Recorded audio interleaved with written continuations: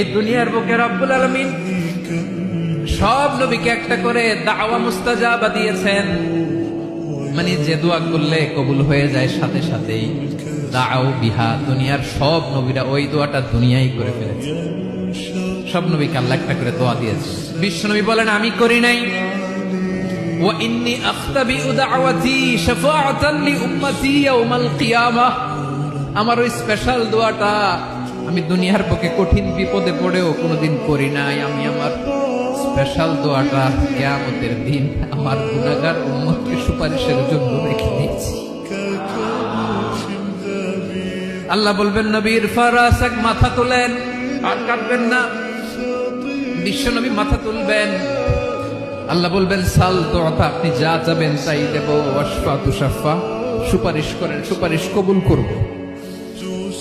বিশ্ব নবী বলবেন আল্লাহ